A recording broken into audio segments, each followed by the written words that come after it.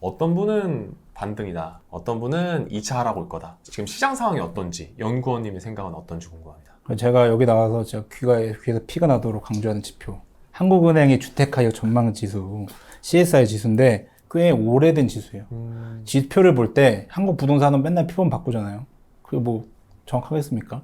근데 표본이 안 바뀌고 2013년부터 계속 그 모집단이 있어요. 집을 구매하시든 안 하시든 한국은행에 선정한 정교한 모집단을 통해서 매월 정기적으로 하는 거예요. 그래서 그런 부분들을 집값과 대비했을 때 제 책에도 썼지만 가장 상관성이 높았어요. 어떻게 보면은 저기 객관적인, 중립적인 모집단을 통해서 하는 거예요. 그러니까 가망자들한테 물어만 그렇게 하는 것이 아니라 지역 배분도에서 연령 배분까지 해가지고 가장 뉴트럴하게, 가장 중립적으로 보는 지수이기 때문에 제가 가장 신뢰하는 것이죠. 이게 작년 겨울에 제가 인터뷰에서 100포인트가 기준인 이 지수가 지하실 파면서 60포인트까지 떨어지면서 제가 뭐라고 했냐면 이건 비이성적인 냉각이다 라고 얘기를 드렸어요. 작년 말에 금리 인상 역대급인 건 맞는데 너무 요즘 SNS 때문에 과도하게 뭐 이제 막 망했네 폭락이네 해서 시장에 선반영되면서 심리가 냉각되었는데 그때 또 제가 말씀을 어떻게 드렸냐면 지금 60포인트인데요. 이게 80포인트까지 가면 회복의 가능성이 높다라고 말씀을 드렸어요. 지금 돌아보니까요. 이게 지금 60에서 빠르게 상승하기 때문에 60은 좀 과도했다라고 판단이 되고 올해 3월에 이게 80포인트를 찍었어요. 제가 회복했던 거. 지금 6월 최근 통계가 6월은 지금 몇 포인트냐 100포인트까지 올라왔어요. 기준 선까지. 서울은 100포인트를 넘었어요. 자, 그럼 뭐예요? 바닥이 여기라는 것들을 왜냐면 지금 11월, 2월, 2월, 3월, 4월, 5월, 6월 한 번도 안 빠지고 이 심리지수가 올랐어요. 이 6개월 동안 무슨 일이 우리나라에 있었냐? 엄청난 폭락론이 득세를 했습니다. 그렇잖아요. 상반기 내내 그랬잖아요. 뭐 계속 떨어졌죠. 이제 뭐 어마어마한 얘기들 많이 나왔잖아요. 근데 심리지수는 거짓말을 안 하거든요. 그래서 말이 필요 없는 거예요. 그냥 지수를 보면서 확인할 수 있었다. 그래서 80포인트, 100포인트. 그래서 저점은 여기다라고 심리는 이야기하고 있습니다. 그렇게 따지면 이제는 조금 매수세가 많이 붙어서 집값 상승에 긍정적인 역할을 한다라고 해석을 해도 될까요? 그렇죠. 이미 뭐 집값이 올라가고 있잖아요. 정상화로의 그런 기환인데 아까 말씀드린 2020년까지 리셋이 되고 올라가는 아파트가 있고요. 2019년 가격으로 떨어지면서 하염없이 이건 도대체 저점이 어디야? 이런 부분들 모두 오른다. 모두 떨어진다. 이런 거는 없습니다. 근데 우리가 20년도로 딱 돌아가서 지금 거래가 터지고 점진적으로 올라가는 아파트들이 분명히 있거든요. 그런 부분들은 여기가 저점이라는 걸 확인이 됐다는 거예요. 모든 아파트들이 팍 떨어지고 있는데 지금 추세도 모르겠는데 이건 저점이야 라고 말씀을 드리는 게 아니라 이미 거래가 터지는 건 여러분도 뉴스 통해서 들으셨을 거예요. 그렇죠. 거래가 증가하고 있죠. 거래가 증가하면서 가격이 오르는 아파트가 지금 한 40%, 50% 수준이에요. 그럼 이 아파트들은 걱정을 하는 게 오르다가 또 떨어지는 거냐? 그런 건 없다는 거예요. 매물이 되게 늘어나고 있다는 얘기를 많이들 하시거든요. 이러면 매물이 나온다는 것 자체가 빨리 팔려고 집을 좀 싼 값에 팔려고 내놓는 거 아닌가요? 그럴 수 있죠. 근데 이제 그 뉴스가 나왔어요. 한번 강남의 매물이 급증했다. 그러면은 매물이 많아지면 좀 떨어지냐. 우리가 통계를 볼 때 이벤트 통계는 가려서 봐야 돼요. 이벤트 통계라는 게 뭐냐면 청약률이 갑자기 확 오르거나 확 감소하거나 매물이 확 증가하거나 확 감소하다는 것은 이벤트 통계인데 이게 연속적인 숫자가 아니에요. 올 서울에서 올해 가장 입주가 많은 곳이 어딜까요? 강남. 그렇죠. 강남의 개포지구 때문에 6,300세대가 올해만 제일 많이 터져요. 그럼 입주가 많으면 당연히 매물이 증가할 수밖에 그렇죠. 없는데 심지어 문재인 정부 때 전매를 못 하겠죠. 근데 지금 풀어놨잖아요. 자산을 내 마음대로 못하던 그 족쇄가 풀어지면서 마침 그 입주가 터지면서 이제 내놓게 되는 그런 일시적인 부분이고요. 만약에요, 내가 떨어질 것 같아서 막 빨리 던져. 그러면 왜 헬리오시티가 다시 반등하고 막 던졌을 거 아니에요. 그럼 집까지 떨어져야 되는 거 아니에요? 받아내면서. 그렇죠. 지금 근데 여러분들은 뭐 아시겠지만 그렇지 않은 상황들이 더 많거든요. 그래서 이런 것들은 대세적인 흐름은 아니다라고 볼 수가 있는 것이죠. 우리가 이벤트 통계, 뭐 매물이 증가, 그냥 뭐 매물 이런 거는 다시 일시적으로 이 온라인상에 많이 노출될 수도 있고요. 어디 입주가 많이 되면 갑자기 터질 수가 있어요. 근데 이런 거 갖고 뭐 뉴스에서 뭐 막 쓰시는데 제가 봤는데 거의 뭐 상관성을 찾을 수가 없었다. 연속적인 통계, 가격과 거래인데 그리고 어떤 지역만 움직이는 게 아니라 이 연속적인 인접 지역들이 같은 흐름이 번져서 막 흘러가야 돼요. 여기가 상승하는데 여기만 상승하는 게 아니라 여기 저기 막 상승하면서 번져나가는 게 대세 상승인데요. 가장 빨리 대세 흐름을 파악할 수 있는 거는 지역의 대장주들을 모아놓은 KB 부동산에서 만든 시세총액 탑 20단지 가격 지수예요. 이것도 이제 귀에서 피가 나도록 시세총액 탑 20단지의 가격 지수가 상당히 다이나믹하고 시장으로 민첩하게 반응합니다. 여기에 따르면 3월부터 서울시장이 플러스로 들어갔어요. 상당히 빨리 반영하고 있다는 거고요. 그 지수를 보면은 대세 상승이냐 하락이냐 알 수 있고 거래 흐름을 어떻게 보냐면은 호갱동네에 가시면 서울 강남구, 수원 권선구를 검색창에 치시면 실거래가의 상승 거래 비중과 하락 거래 비중을 알 수가 있어요. 자, 보세요. 전기 대비 실거래가가 상승한 거래가 비중이 점점 증가해요. 그럼 좋아지고 있다는 거, 나빠지고 있다는 거. 좋아지고 있다. 근데 이런 통계는 어디에도 없었어요. 국토부에서 없어. 그냥 실거래 뭐 틱 던져놓고 기사가 뭐래요? 3억 증가했습니다. 툭 3억 하락했어. 그거 말고 대세적인 흐름은 뭐예요? 전체적으로 상승하는 거래가 많냐 없냐라는 비율이 더 정확한 거죠. 어떤 한 단지만 톡 집어서 그냥 자극적인 뉴스는 걸르시고 전반적인 거래가 상승 거래가 많아지냐 적어지냐 이게 제일 정확한 거 아니겠어요? 그쵸. 그래서 그런 부분들이 지금 1초면 1분이면 확인할 수 있는 시대가 열렸다. 이 두 개는 별표 10개. 별표 10개씩. 별표 10개씩. 돼지고리 땡땡. 네. 밑줄 치고요. 밑줄 치고. 요거 두 개로.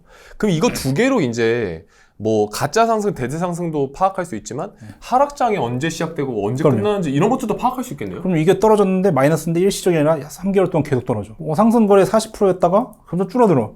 아니었구나. 이 지역은 아니었구나. 아까 말씀드렸듯이 개별 시장이 들어간다고 그랬잖아요. 심리지수가 올라갔다고? 우리 지역은 아닌데? 그럴 수 있는 거예요. 왜냐면 정상화니까. 말이 필요 없죠. 상승거래 비중이 많냐? 하락거래 비중이 많냐? KB 시세가 플러스로 들어왔냐? 마이너스 들어왔냐? 확인할 수 있잖아요. 그렇게 확인하시면 됩니다. 그럼 이제 지금은 저희가 상승인지 하락인지를 판단할 수 있는 기준점들에 대해서 알아봤는데 지금 이 아파트가 싼지 안 싼지를 판단할 수 있는 그런 데이터들도 있나요? 가격은요, 이게 흐름이에요. 뭐냐면 가격이 절대적인 적정가. 뭐 여기는 죽어도 7억이야. 그런 거 없어요. 그냥 시장 흐름에 따라서 상대적인 판단을 하시면 되는데, 그러니까 같은 입지인데도요, 상승이냐 하락이냐에 따라서 가격이 춤을 추는 거예요. 그게 팩트예요. 헬리오시티가 21년에 고점이 23억이었어요. 그러다가 이제 저점이 17억. 지금 19억이에요. 아니 뭐 헬리오시티가 뭐 좋은 입지 찾아서 움직였어요? 아니죠. 뭐 평면이 바뀌어요? 그대로죠. 네. 근데 이게 계속 시장 심리, 아까 CSI 지수 말씀드렸고, 거기에 공급 여건, 금리가 지금 정점이냐 아니냐, 이거에 따라서 시장 사이클을 움직이고 가격이 그냥 그저 가격은 연동될 뿐인데 심리 지수가 과도하게 막 60포인트 전에 없던 숫자로 확 떨어지느냐 이런 것들은 저점을 판단할 수 있는 거고 KB 시세총액 20단지가 계속 마이너스였다가 마이너스 폭을 축소하고 있었어요. 제가 계속 전 추적하고 있었지만 이런 부분들이 눈에 띄게 보여지고 있느냐 마이너스인데 계속 축소됐느냐 또 상승 거래 비중이 30% 딱 찍으면 이제 눈여겨봐야 돼. 30%야? 그러다가 이제 40% 갔다. 이건 만연한 회복이. 반대로 가면 아닌 거죠. 궁금한 게 이 아파트가 딱 있으면 이 가격인데 가치에 맞는 것이다 안 맞는 것이다는 어떤 식으로 좀 판단하세요? 여러분들 기억하셔야 되는 게 절대적이라는 건 없고 뭐만 있다? 상대적인 거. 비교만 있을 뿐이에요. 그래서 여러분 감정평가원 아세요? 알죠. 뭐 하면 감정평가원에 감정을 맡깁니다. 그분들이 절대적인 가치로 볼까요?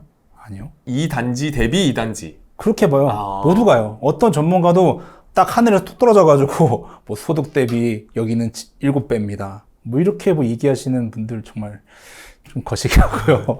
그냥 몇 배 단지가 이 비교했을 때 여기보다 얼마다 라고 판단을 하시는 게 기본이에요. 왜냐하면 실제로 사시는 여러분들이 시세를 만들잖아요. 여러분들 어떻게 보세요? 어떤 딱 해가지고 여기 눈 감았는데 갑자기 여기 8억이야 이렇게 안 하시잖아요. 주변 물어가지고 얼마인데요? 얼마요? 그럼 납득이 가세요 안 가세요? 옆에 단지 비교하면서 얘기하면은 납득이 가죠. 납득이 가죠. 그게 시세가 여러분들이 시세를 만드는데 도대체 누구한테 적정 가격을 물어보는 거예요. 그래서 여기 대비 이집지 4가지 팩터로 봐야 되죠. 뭐가 있어요? 교통, 학군, 직장, 편의시설 플러스 알파가 뭐예요?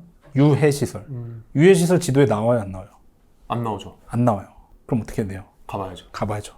그래서 임장이라는 걸 하는 거예요. 근데 더 중요한 거 있어요. 시장의 흐름. 이거 안 보여요. 자, 초등학교 있어요? 눈으로 볼 수 있어요. 다 눈으로 확인할 수 있어요. 근데 시장의 흐름 보여요 안 보여요? 안 보이죠. 그래서 아까 말씀드린 부동산의 매물표라든지 심리 지수라든지 이런 거 사람들이 귀찮아서 본다 안 본다? 안 본다. 그냥 입지만. 그리고 지금 떨어지는 국면인지가 90%다. 내가 싼 가격이냐 안 가격이냐 타이밍을 잡는 게 90%고 나머지는 다 할 수 있는 거. 그건 다 눈에 보이는 거. 그래서 사실은 눈에 보이지 않는 타이밍을 잡는 게 부동산 투자의 90%다. 건설사에 소속되어 계신 직원이시기 때문에 신랄하게 얘기하겠습니다. 뭐 유튜브 댓글이나 이런 데 보면은 건설사 직원들 저 건설해놓은 거 아파트 팔아먹으려고 저렇게 상승 얘기한다. 이런 입장들에 대해서는 좀 어떻게 대답을 해주실 수 있어요? 건설사 직원으로서. 이런 질문들을 제가 많이 받았습니다. 근데 아무리 대답을 해도 달린 댓글은 똑같고, 그래서 저는 이제 숙명이라고 보고, 그 인생에 대한 통찰을 얻었어요. 결국에 사람은 보고 싶은 대로 보고, 듣고 싶은 대로 듣는다. 이게 어찌할 수 없는 부분인데, 제 책을 2018년에 꽤 오래전에 낸 책 분량이 400페이지예요. 전국에 240여 개 시공구가 오르고 언제 떨어지는지 다 써놨어요. 저는 이제 뭐 일을 하는 사람이니까 현업에 있으면서 시장이 얼마나 복잡한지 너무나 잘 알고 있고, 계속 제가 정상화 얘기하는 것도 오르는 데가 있으면 떨어지는 데가 있는 것이 정말 리얼한 우리가 겪고 있는 시장인 것 저는 명확하게 깨닫고 있고요. 저는 일 자체가 건설사에서 주택을, 사업을 어디에 대해야 우리가 분양을 할 수 있느냐, 그런 지역을 선정하는 일을 10년 동안 해오면서 나름대로 기준이 있겠죠. 어떤 때에 성공해야 되는지, 어떤 때 하면 분양이 안 되는지가 나름대로의 기준이 있을 거예요. 저희 데이터 얘기하지만 암묵지 같은 것들도 있을 거고, 현업에서 일하시는 분이 어떻게 비즈니스를 해왔는지, 어떤 기준으로 해왔는지 한번 들어보자. 열린 마음을 꼭 들으시면 또 나름대로 얻어가시지 않을까, 그런 생각을 해봅니다. 부동산은 말이 필요 없어요. 말을 하면 저 다 좋대. 다 좋고 안 좋고 뭐 여기 다 달라요. 저도 똑같아요. 건설사에서 이러면 야 여기는 하면 안 돼. 그래서 직원들끼리 할 거 아니에요. 이 입지는 하면 안 돼. 여기는 해도 돼. 여기는 안 해도 돼. 제가 하도 힘들어서 데이터를 그때부터 한대요. 이게 도대체 이거는 답이 안 나온다.